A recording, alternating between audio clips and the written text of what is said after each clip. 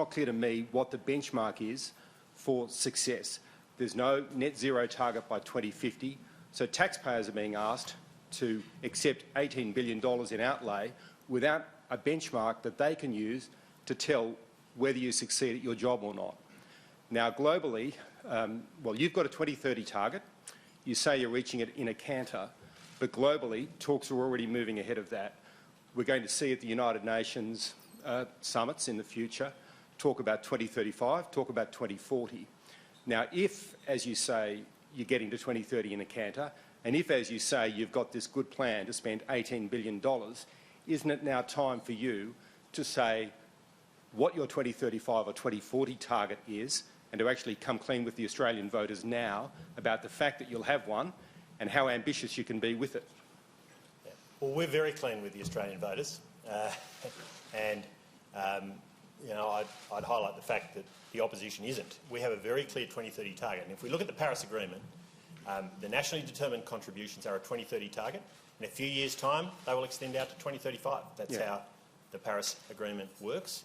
And we're unambiguous in seeking to not just meet that target, but to beat it, just as we've met and beaten our 2020 target, despite much scepticism about whether we would. And to put this in perspective, in 2013, when Labor was still in government, they made a forecast for emissions in 2020 that was 100 million tonnes higher than what we'll achieve, almost 20% higher than what we'll achieve, and that was with a carbon tax. So what we've achieved in the last 10 years is extraordinary.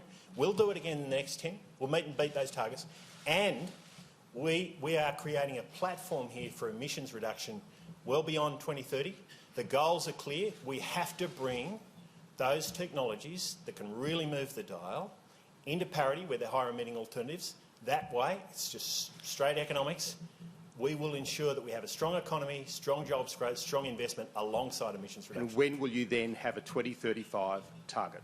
When, as it's required by the Paris Agreement. In a couple of years' time, we will have to extend. The way the Paris Agreement works, Crowe, is you just keep extending out every few years, and that's the way it will continue on. Why not but the crucial point here is that you've got to focus on the stuff you can do today that works, that we can do now, to set yourself up for that emissions reduction trajectory, not just through to 2030, which we'll meet and beat, but beyond. And that's exactly what we're describing today. And why not before the next election? Why won't you tell voters what that 2035 target is? We'll keep telling voters about what we're doing and how well we're doing many times between now and the next election.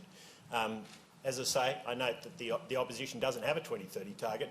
That is the primary target of the Paris Agreement. Let's be clear.